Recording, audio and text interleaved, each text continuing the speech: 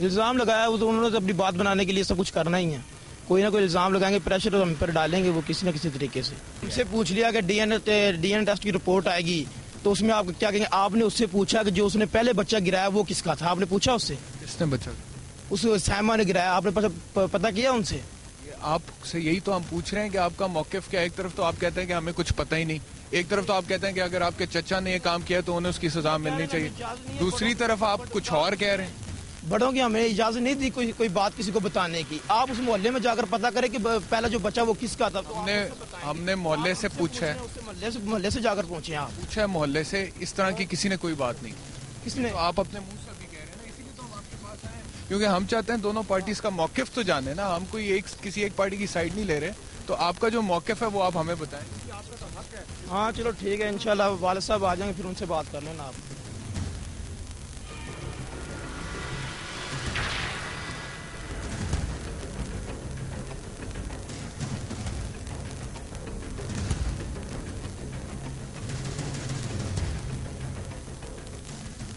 والد صاحب کب تک آئیں گے آپ؟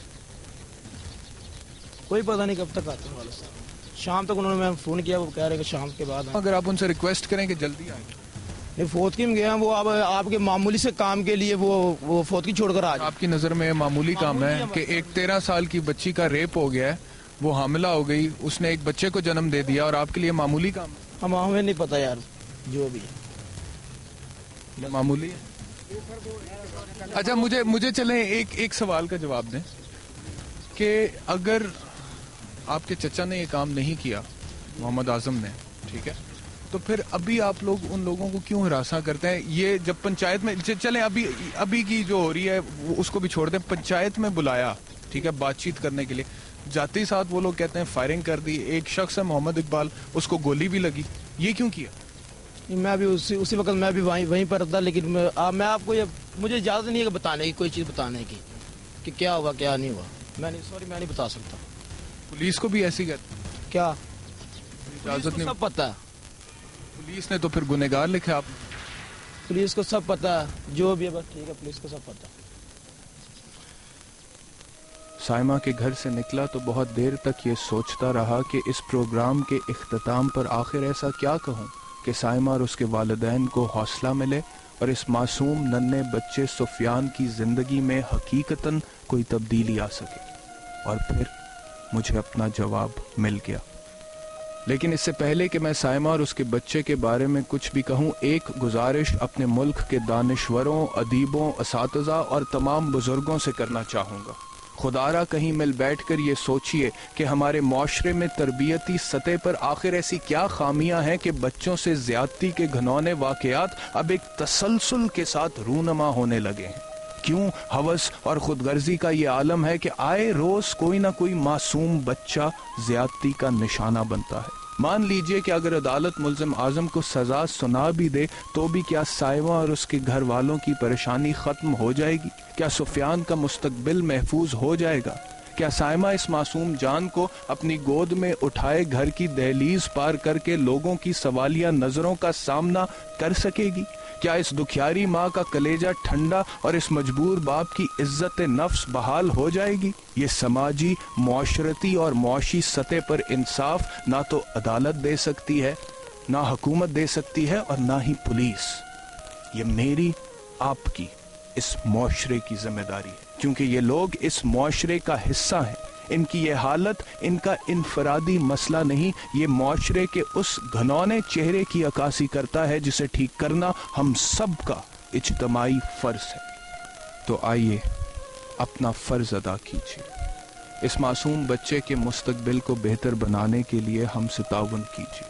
اس مصیبت زدہ خاندان کی کسی بھی قسم کی مدد کرنے کے لیے ہم سے رابطہ کیجیے. کل اگر پڑھ لکھ کر یہ بچہ باعزت شہری بن گیا تو کیا یہ ہم سب کے لیے باعث فخر نہیں ہوگا؟ اگر آپ بھی اپنا کوئی زیر التوا مقدمہ اس پروگرام میں شامل کرنا چاہتے ہیں تو ہمیں SMS کرنے کے لیے اپنے موبائل فون سے ID اسپیس اپنا نام اور میسج لکھ کر 247 پر بھیج دیں اور اپنی ڈاک پروگرام انصاف دو PO باکس نمبر 1020 لاہور پر بھیج دیں.